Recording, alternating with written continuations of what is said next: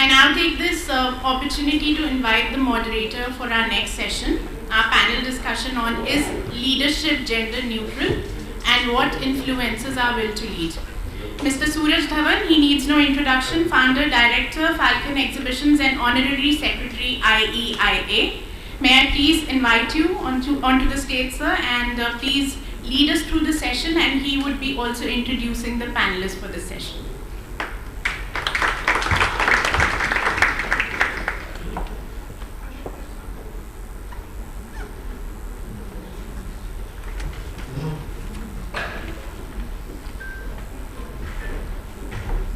So good morning everyone for this lovely morning. We have our Vice President Mr. Sudeep Sarkar joining us now. Sudeep, just come in front. So what a great start to the day and truly inspiring words from Anuradha ji today. I think the agenda has been rolled.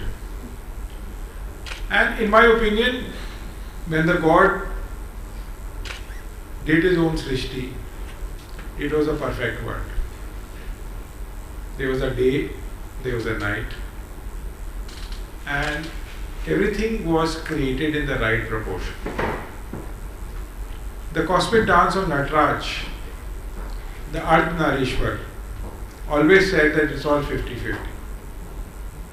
But maybe somewhere down we made a mistake. Maybe we succumbed to the loud voices, the big mouths, and several generations have suffered because of that. And leadership, a natural outcoming of people doing things, telling people.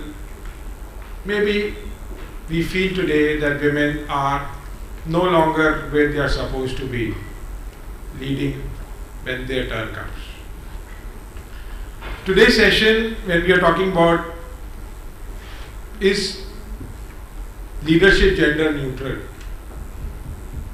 When we start with this question, it starts with a doubt. And when it starts with a doubt, then we understand that maybe it is not equal. And we want to discuss this out.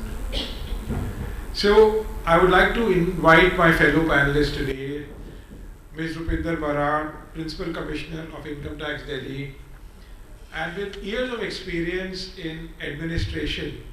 Ms. Brar comes truly like a leader where you are trusted with leadership and you join your work. Her several years of working in Ministry of Tourism, working towards recognizing exhibitions as a part of tourism sector. Ma'am, we are truly grateful to you. And please join us on stage.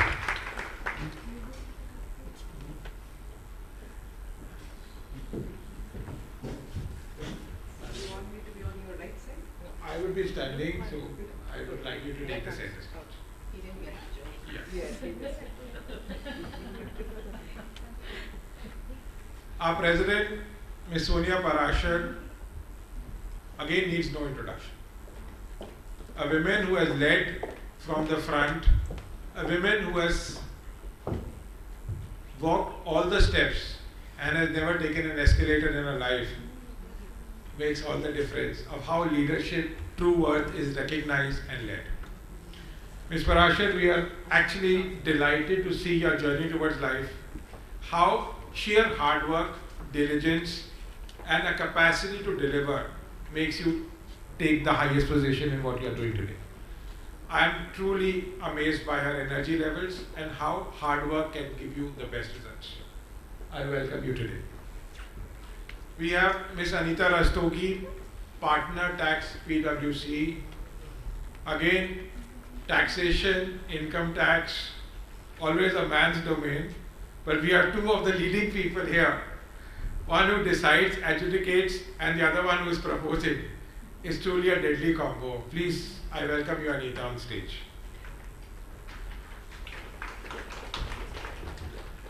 Ms.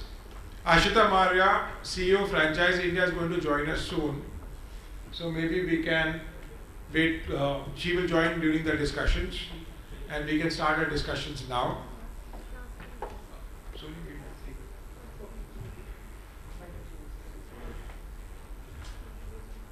There's so much of energy flowing, I think I'm better off standing off. So you see, I start off with a very basic question. All things bright and beautiful, all creatures great and small. When we are being educated, education is equal. When we get our first jobs, there's an equal chance to get a job profile which you wanted. But as we progress, why there are lesser number of women leaders? Is there a class ceiling? Is there a fear factor among the men folk that these girls are better than us, so we should subjugate them? Or is it a trust deficit between the men and women, the yin and yang, the pinks and blues, that down the line in the race, we do feel that some women or women folk as a category feel left out at the top of the pyramid? What are the views of the panel on this? And I would like to start with Ms. Brar. Rupinder ji, what do you think of this? Thank you so much, Sooraj, for the introduction and for IEA to have me here. It's a pleasure to be back amidst people from tourism. It's less taxing, I can surely tell you that. On that specific thought, I think it is such a deeper thought that it's hard to kind of answer it in a very brief manner, because at the end of the day, whether it's leadership, whether it's your existence, in whichever role that you are, it's a composite whole, right? And whichever position that you may take, whether you're working in an office, whether you're working at home, whether you're going out and watching a movie, whether you're driving a car, whatever you're doing, a lot of your innate value systems are reflected in that. And when we say value systems, then we are really going deep into the moment you're even born and even before you're born. What kind of an ecosystem you get at your home is your first school. And what kind of thoughts are being reflected on you from your parents, from people around you, the nanny who brings you up, the relatives who are around you, the children you go out and play with as you become a little older. And that's what makes you. And by the time you're old enough to actually become a leader, whether it is by virtue of being thrust on you or whether you reach out for it, you're already a person who's developed as a whole personality. And in a leader is reflected everything which is ultimately very personal.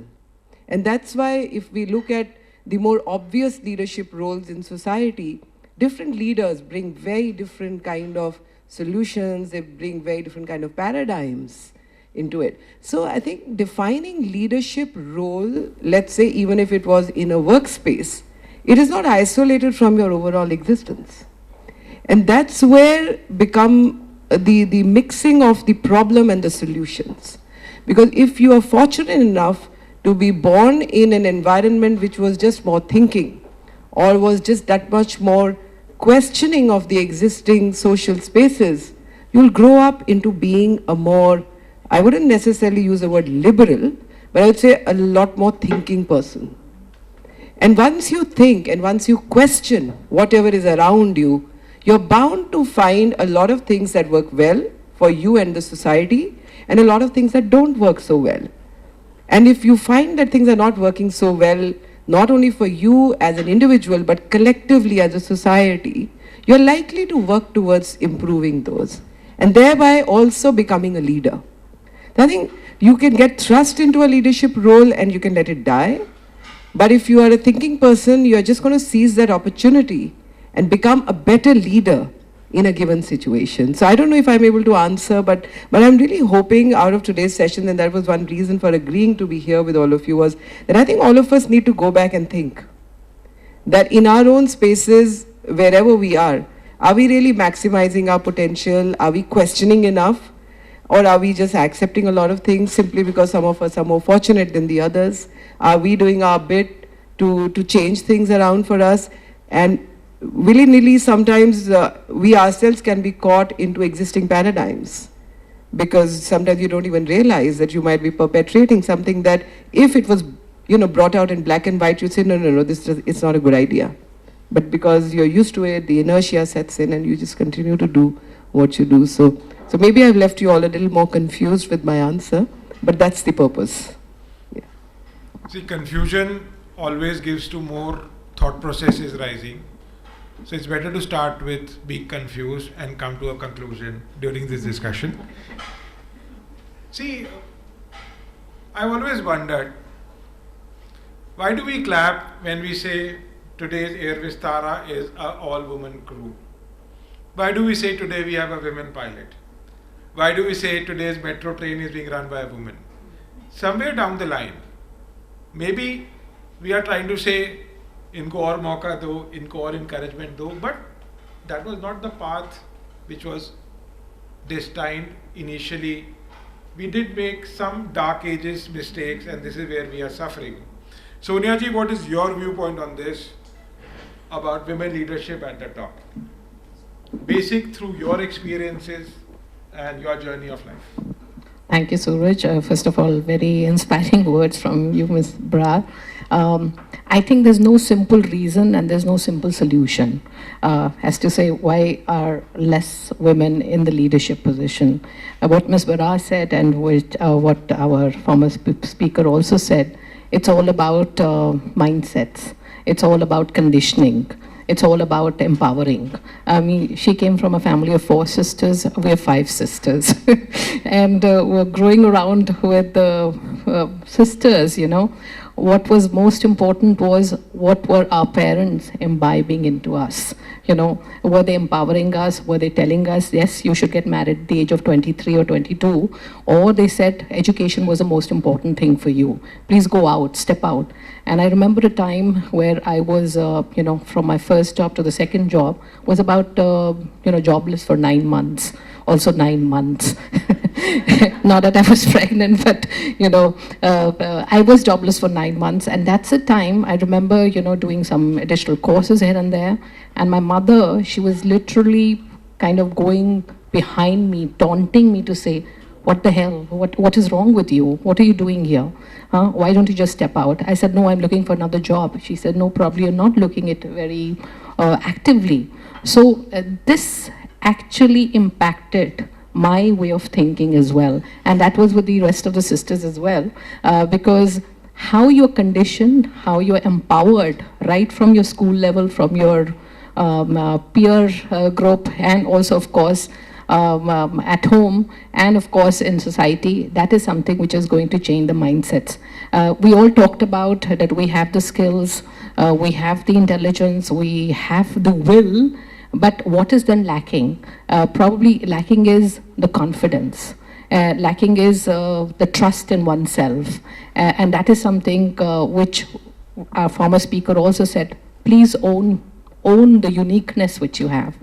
And since I work with also 95% women in my organization as well, not that I don't trust men, but you know, sooner or later we also had a lot of men joining our organization. What I want to tell women, a woman to a woman, please also trust in the mentorship of a woman to a woman.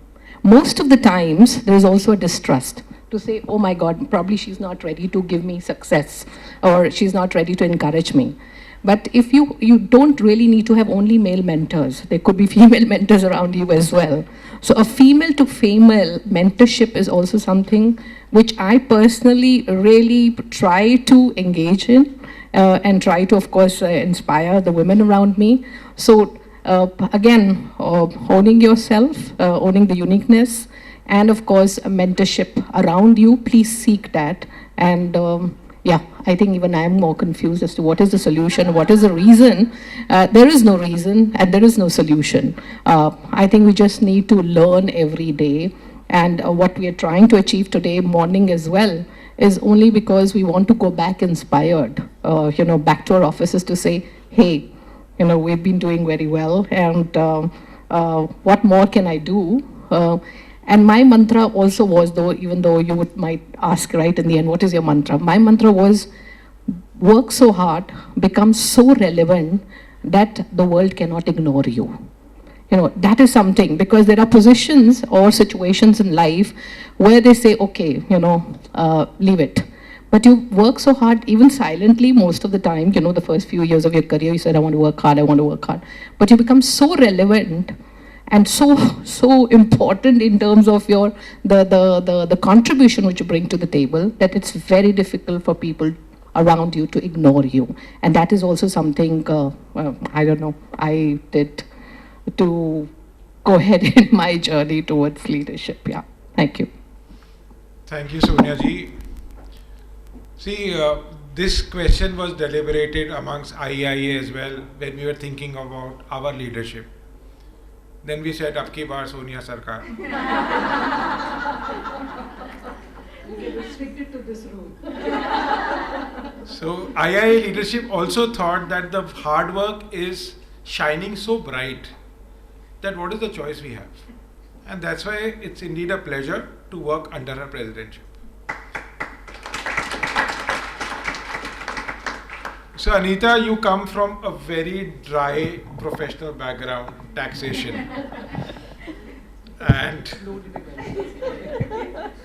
it's very amazing. Today we had Ministry of Corporate Affairs. We have DCI, Principal Commissioner Income Tax, and we have Anita, all taxation people. So what has been your journey of life and your feeling that what actually went wrong, and in PwC, your previous jobs, you feel that leadership, gender is neutral, or there's fair chance, or merit is the only playing role? Over to you. So thanks, and thank you so much for inviting me here. I think I'm the only one from the corporate sector. It's a tough world for women. Let me be very honest, and let's not beat behind the bush. It's not easy to rise in the leadership in the corporate sector at all. We really need to work very, very hard. But I think what is very important amongst all of us is that we need to have self-confidence. And I think that is the most critical aspect. But let me just step back and let me go to what you mentioned, that in a very, past historic time, right? We were all equals as far as the society was concerned. That's how the God had made, right? Something went wrong somewhere. And that's where we are today, in a situation where we don't see leaders as much as we could have seen in the women criteria, right? Yes, there were things which went wrong. And that's why we are having sessions like this. Otherwise, this was not required at all, right? I think it was a lot of things which happened in the society in past 100 years, I would say, which has kind of conditioned the entire society that these are certain roles which can be done by women, and these are the roles which can be done by men. And in most of the situations, the leaderships were always the men. That is the way it was conditioned in the mind which we had. Nothing to say that what was right, what was wrong, but that's how people grew up. And just very simple example, I think we were just talking that, if there is an advertisement for, let's say, for, some nutrition food, it will always be a female model. And if it's going to be a life insurance, it's going to be always a male model, right? In the past, that's how it happened. Slowly and gradually, we are seeing the difference, because there's a role reversal as well, which means what a man can do, a woman can also do very well. Rather, I would say that we as females actually are great in doing multitasking. We do multiple things at one point of time, extremely loyal and honest to the job which we do. Not to say that they don't do that, but I think that we have to fight a lot of battles every day. Every day we need to fight a lot of battles. Today I'm so happy to see so many females over here, but that's never the case. I come from a tax fraternity, and honestly, I must tell you that whenever I go for my client meetings, the CFOs, the whole team of tax will only be men. One or two, some girls I might see, otherwise I don't see. And I've seen this, now I have been in PwC for the last 22 years. The story has just started changing. Otherwise, I'm always the alone person. And so is the case of leadership as well. We're all trying to fight for diversity and inclusion. I think you also mentioned something on glass ceilings. Are they there? Yes, they are there. Do we need to break? We need to break, and we will break it. And I can only say with confidence that we can't say that, everybody sees us as equals. They somehow believe that, okay, they can also do, but we seem to be doing well anyways, men. So that is a condition, nothing against the men. It's a condition which is there in the society, right? And when they start seeing that females are also doing well, then of course they put the trust and the faith, and that's how we are all becoming leaders in our own organizations, right? I think diversity and inclusion is one topic which is going on for the last 10 years, at least I can hear about it. But what is most critical is that we need to take actionable steps and not just talk about motherhood statement. Oh, ye karenge, we will do this, we will do that. It doesn't work like that. You really need to have proper agenda in your organization, have constructive steps and measurable steps. You need to measure it year on year basis. It's very, very critical. And also, I always believe that the younger generation of girls, they really want to see women leaders at the top because then they become the icons for them. So I have been a mentor for many, many girls in my life. And I can only say one thing, that initially when I used to hear them asking me and talking to me that, we don't find lady partners in PwC, they're hardly there, they're all men, etc. I think, after manager role, we just need to move on because we can't think that we can achieve and go there. I think if you see lady leaders, they get incentivized, they get motivated, and they understand that yes, this can be possible, because the fact that it is possible is always there. It's just that you need a little bit of a push or a nudge which you need to give to them. And honestly, I can tell you that as far as today's new generation is concerned, they are very aware of their self-right. And awareness of self-right is very, very critical. The moment you're aware of that, you become equal, you feel more righteous, right? And I think there was some sentence which was said that we may not be as loud and as, dashing on the table that, what we're saying. We may be a little soft when we talk in the meetings, but what we talk makes an impact. So we need to talk, we need to open out, right? It's very important to open out. We need to fight for our rights. I can tell you in my career, it was not an easy ride, but I'm still extremely grateful that when I fought for it, I got it. Sometimes I got it when I didn't even think I was supposed to get it. There are certain promotions which I felt I'm still not reached it, I got it. There were times, years when I felt I should have been given, I was not given. Again, it's nothing against the men, it's just the conditioning of the people and the organization, which we have to change, right? And maybe it's a great thing that you invited me here, and I can just say proudly about my organization, PwC. For the last 10 years, we have been working on diversity and inclusion, and yes, I am the only lady partner for indirect taxes, which is GST, in the entire PwC India ever. In the last 150 years, I'm the only one who has been able to break the glass ceilings of a lady partner in tax, but I do see a lot of in pipeline, just because they have now got faith and repose, right?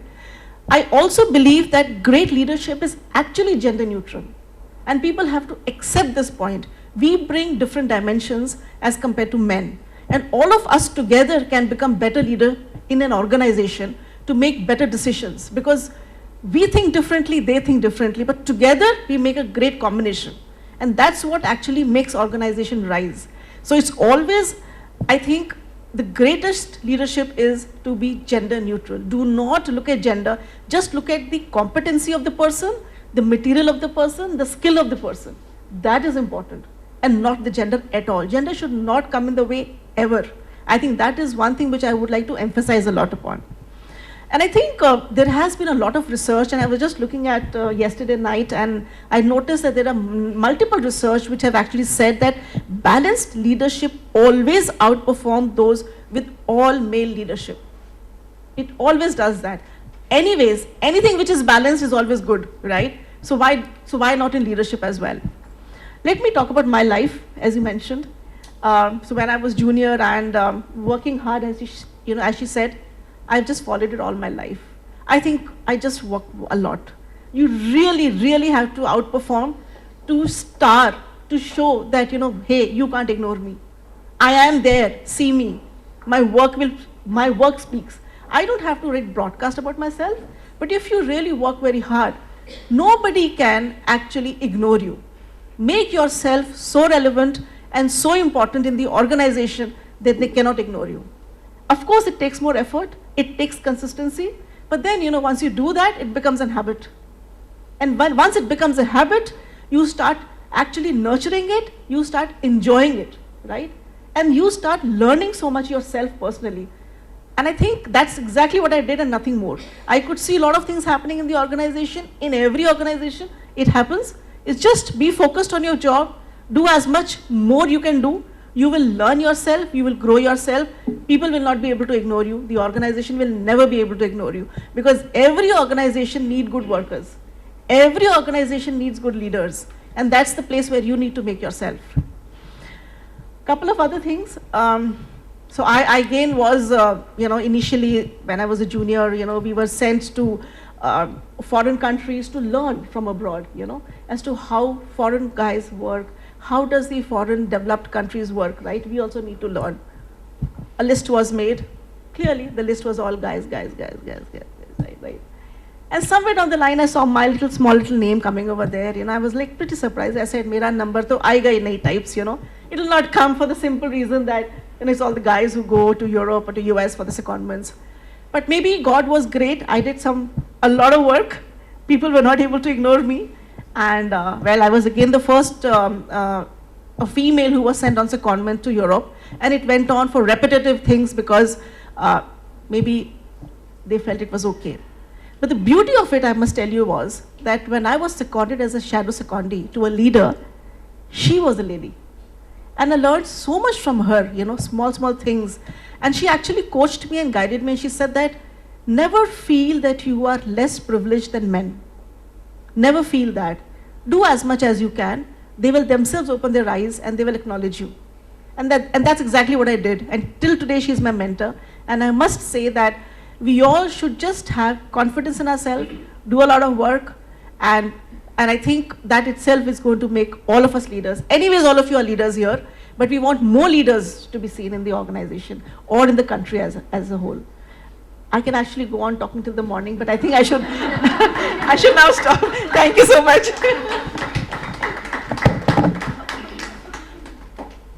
See, this is where the fear factor in men starts.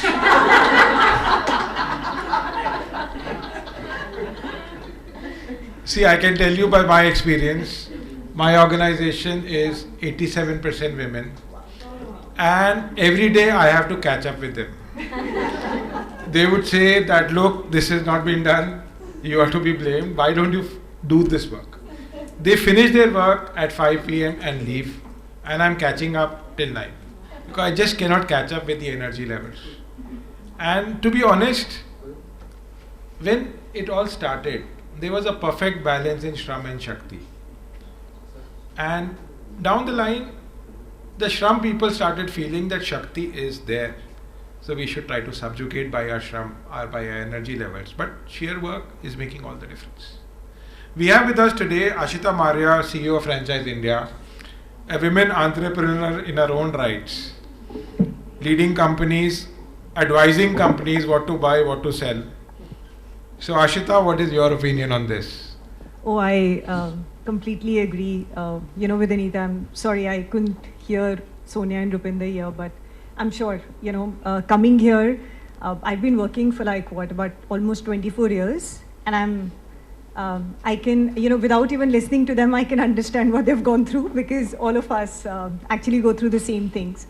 But there's one thing that I've learned in my career is that, one, of course, you have to ask for things. Like, Anita said that sometimes we feel that we cannot do it, or we'll not be able to do it, or I'm not good enough. So one, that thought is pretty much internal, that has to go out. Second, as leaders, once you start working, leadership is very different from working. We start our career as executives, we grow as managers, then it's I would not say it's exactly like parenting, but I feel I have 2 daughters. After them, I think I've become a better leader. So as women, because we do multitasking, and why we've been able to finish, as you said, at 5 o'clock, is because we have got work at home. We've got many things to fix there, irrespective of gender. In fact, worldwide, I used to feel it's only in India, that ladies take, priority in terms of work at home. But it's worldwide. You go to China, you go to Europe, you go to US, ultimately you would feel that ladies are the one who are taking care of it. So that's an additional responsibility that we have. And most of the times we're happy doing it because we love our kids. I don't know whether more than men or not, but we definitely want to take care of them. So I think that additional thing makes us more eligible or qualified to do multitasking. And that EQ factor as parents, because we look at our sons and daughters equally and we want to give them opportunity equally in whatever they want to do, I think that gives us an EQ level little more higher. So वो leadership का IQ, EQ में हम थोड़ा सा edge वहाँ ज़्यादा ले जाते हैं. We've been able to, in fact, understand men better. So, you know, as he just introduced me that I take care of events. Event starts from a 4th grade labor class to a white collared and a blue collared people, right? So women leaders sometimes do not gel well. The kind of language you would use at the lower level and the kind of things that you would do at a higher level is sometimes not well taken with men. You need to somewhere understand that and work around it in your own manner, because whatever happens, they're gonna pull your leg wherever they can and show that, oh, just, you know, she's a lady, so she'll not be able to do it. That's something that you have to be a little more smart in managing that. It exists no matter, you know, how much we want to really ignore it, but it does exist. So when you start your career, it's very important to be utterly confident in your own mind on what you can do, not overconfident, because you really need to work harder, trust me, harder than others to prove yourself. So if somebody tells you that you cannot stay, you know, in the office till 10 o'clock, you need to give reasons to it and logic and make sure that you're better at the work which is done rather than staying in the office, you know. And sometimes we have to leave our work and, you know, just be absent from our office for an hour and nobody knows where, but we know that we'll be fixing our work also. But the same thing happens in work. When the work demands multitasking, you know, so I have my colleague Annie here and she told me that this session is today, and I have a show in Pragati Maidan on 20th and 21st. And I have my show practically starting from tomorrow. And I told her, I said, really, today? And she was like, yeah, today. And I thought for 5 minutes, and I said, should I be going there? And then I told myself, oh no, that's pretty much fine. I think I can manage both. So that's how I'm here. But had I not been taking that 5 minutes, and somebody would have told me, oh no, you have got a lot of work, you'll not be able to go, I wouldn't have been here. You know, so I really got late because of the traffic today, but I was pretty much well in time starting, you know, from my office. But you know, these are the things that I feel, I don't want to say otherwise, but most men whom I've met, ultimately at the top, are exactly like this. Not just women. So leadership, why it becomes gender neutral is because whatever path that you take, whosoever is on the top is pretty much the same. They would think about their teams, they would want to, you know, get their things done in time. Whatever gender is, it just doesn't matter, you know, you should just be good at what you're doing. Another thing what I've realized, and you know, after Mr. Junjunwala's, I've realized 2 things a leader has to be very good at is taking care of the health, because you need to manage a lot of stress, family, so you need to be really healthy. Rather than, you know, yoga teachers telling us we need to be telling this to each other, that we need to be really healthy and take care of ourselves, so that, you know, in order to take care of stress and the work that we have during the day, because of extra responsibilities as well. You know, when you go back home, you need to have energy to play with your kids.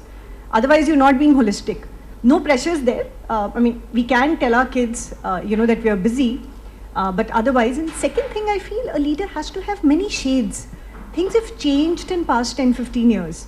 Earlier, if you were not on LinkedIn or, you know, any other social media platform or in any other, you know, gatherings like these, it did not matter, but today it does. So your expression of leadership has got various platforms now. So whatever style of leadership that you adapt or you become one, you need to make sure that you keep expressing that. I'm also learning it right now. I mean, you know, while coming here, I called my social media guy who's like I think he would not be more than 23 years old. And I was asking myself, how do you think I can tag this and do that, because it was not happening. So, you know, you need to learn things from our younger generation to make sure that we are with times. So I have these, you know, 3 learnings that I just wanted to share with you guys. Thank you. See, great thoughts, Ashita. I firmly believe that we are all souls in a body, and souls have got no sex. I can be reborn as a woman next time, or maybe I was a woman last time, and vice versa. That is how God's role is. So, we have a lot of boys in the backbench. So somebody has sent me an SMS that we all agree women make better managers. let's end this argument. Is there any one single skill men are better at? So, Ms. Brar, anything, just one skill where men are better. Men are better at bullying. Definitely. No, I think they are smarter because by sitting at the back bench, they're already acknowledging women are better managers so that they can sit back. Yeah, but I think, again, on a serious note, and not going too deep because it's a subject, as you said, you can just go on, but we are restricted with time here. I think where we seem to have gone, and you've hinted on that in terms of going wrong, I think, again, my role as I see here today is to leave a lot of questions and think beyond what we see on the backdrop behind us, that is leadership gender neutral, is that I think we also need to think somewhere when we try to assert ourselves as women in leadership roles, is that maybe are we not narrowing down the whole construct also in the present eras? Because I can keep the question to us here, the 50, 60, 100 of us here, and restrict it to that. Then my concerns are very different. Then my concerns are about glass ceiling, whether I'll become the chairperson of my board, whether I'll become the CEO of my corporation, then that's a very different concern. And then the answers to that are also very different because yes, work hard, get the right degrees, make sure that you are also, should I say it from the stage? As Kamina if required, etc., etc. Because then you're talking in a very specific space. But when it comes to a larger question of what is leadership, then to me, a woman running a home who brought up 10 children, not working ever, not going to any corporations, is as much a leader. So I think somewhere we as a society also need to look back and say that just because we got sucked into industrialized societies and we are all products of that, are we not looking at leadership also in a very narrow way then? And if I go back to us or any other culture for that matter, whether it's Japan, China, us, Europe, wherever, tribal societies, even today, the women are producing as much as men, more or less, is not the point. They're doing as much. Are they not leaders in that space? Is it only that the corporations and heading those corporations has come to define leadership? Are we then not missing the point? Whether it was a guru, whether it was a jnani, whether it was a painter, whether it was a mother, whether it was a sister, whether it was a fisherwoman, whoever. So I think society at a larger level also needs to understand what constitutes a happy society. And is it necessary, therefore, for me, as a woman who is in the shape of a woman, the soul may be gender neutral, to necessarily prove myself as a good leader only if I can do everything that a man could do? No, I differ on that. Why should me, as a successful woman, find my assertion only and only if I can beat my brother at it? That I always try to do it is a different matter. But I think those are some questions to ponder on as a larger society. Otherwise, you're always battling something. I think so what all of us in a way are trying to say is to search your own identity, and whatever be that identity. For me, it could be in my professional role, could be of a tax officer. In my other role could be a daughter, a mother, a wife, a sister, a citizen, etc., etc. But I think the idea for everybody should be, and what is leadership? Not everybody is supposed to be the Prime Minister of the country to be a leader. Each of us is a leader in our own way. When you're leading your own situation, when you're leading your own life, and when you're able to guide people around you, and when you're able to make their lives better, you are a leader. And I think that's where we need to all soul search, that am I doing enough with my capacity, given average longevity today of healthy life of at least about 80, 85, and we are a fortunate generation there. So we have about 80 to 90 years of life. God forbid something else happens on the way, that's a different story. Have I done enough with myself? I think when you put your head back on the pillow at that age, at 85 plus, have you owned up the situations? Have you done your best to it? It's not necessarily that you'll always get what you desire, I may want to do, I want to make sure there's a magic wand in my hand today, that there is no single rape in my country, that every girl is educated, every girl lands up to do a master's degree, every girl should have some skill with her, etc., etc. Can I do it? No. But can I make sure that in my own ecosystem, I can do, as Anita, you said, you've been mentoring a lot of people. So I think that's where the leadership begins.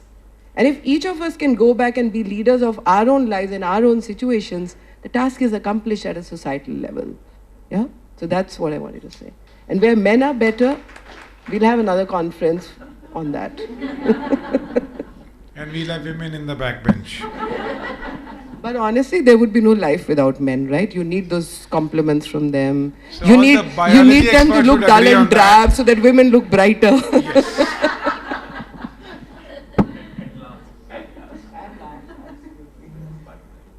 See, this conversation can go on and on. We have 5 minutes left, and I would like to make it open to the audience. A lot of people are raising hands. It has been a very interactive discussion, so let us get more people involved. So, Mr. Bedi, can we get a hands-free mic? Mr. Bedi was sitting very strategically next to the door as well. So, absolutely. So he said, escape route one has to see. Thank you so much. This has been very enlightening. You know, there were two questions that you guys raised, both Rupinder and Sonia, you know, that this may be confusing. I think the answer to that confusion is that believe in yourself. If you believe in yourself, the society will not change. The environment will not change. Men will be loud. Men will want to be sitting down on the dais. But you can still believe in yourself and you can excel. And as long as you can excel, and that is what I would say to everybody over here, I'm surrounded by women in my household. I have 3 women in my family who are much more educated than I am, doing much better than I am, and there's so much that I learn from them each day. And similarly in our organization. So I think just as an entrepreneur or as an individual who works in this industry, I would say to everybody, believe in yourself. You have the same platform that you have. I mean, like you said, Rupinder, just now, it is not necessary that I need to be a leader the way in the industrialized world. You are still a leader in your own societies. I've happened to meet tribal women who are doing so well within a group of, you know, how they're changing, they're enriching lives, and they're no less leaders. All that they're doing is doing what they're doing in a very good manner. That's all I can say. And kudos to all of you. You are making us all very proud. That's all I can say. Thank you, Mr. Bedi. I think you need not escape. Any other questions? Please feel free to ask anything you want to have. We have another 3 minutes. Yeah. Yeah, we have a raise of hand in the first table. Yeah.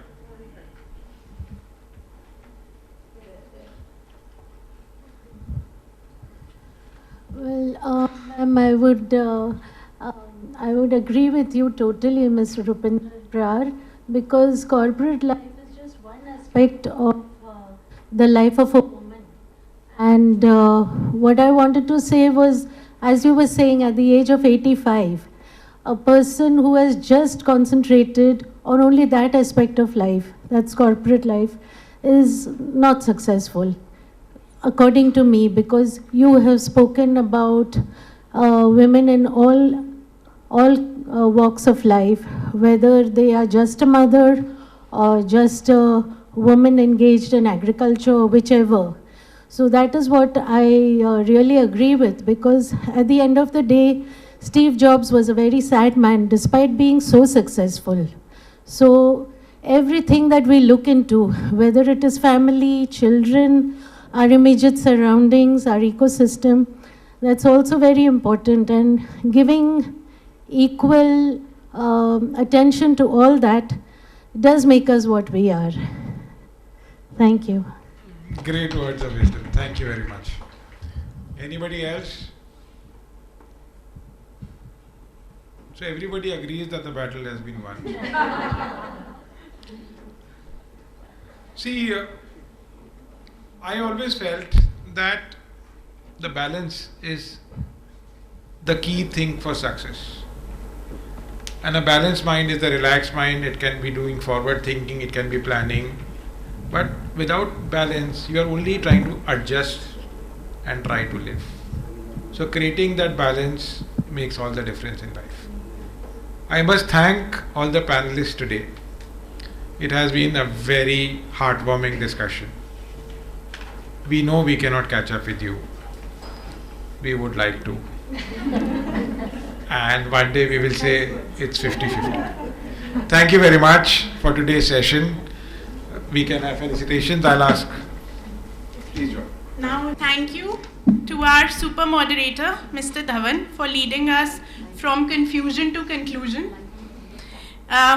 Work so hard, become so relevant that the world can't ignore you. Balance is always good. Search your identity and become leaders of your own lives. What a splendid panel discussion this has been, ladies and gentlemen. May I please request my dear colleagues, Ms. Pallavi Mehra, who's the chairperson of the Women in Leadership Focus Group, Ms. Himani Gulati, who's the co-chair of the Women in Leadership Focus Group, to please join us on stage and felicitate our panelists. And while the felicitation is happening, I must tell you one more point. Ladies and gentlemen. So only gentlemen are permitted on stage. Most of them say, okay, it is not ladies and men. Again, you see, somebody has defined this wrongly. Why only gentlemen? Please, thank you. Thank you. It's a pleasure. It's a pleasure. Thank you.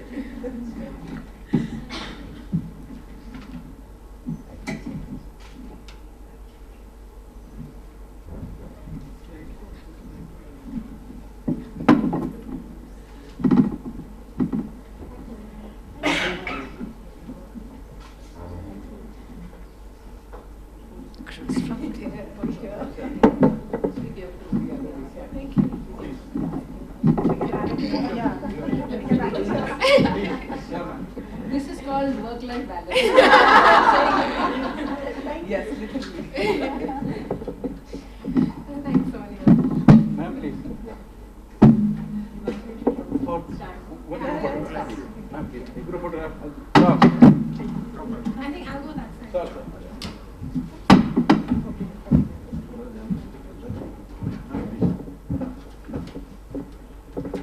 Good. Please. Yeah, ma'am. Thank you. Thank you so much. Thank you so much for a great session. Very enjoyable.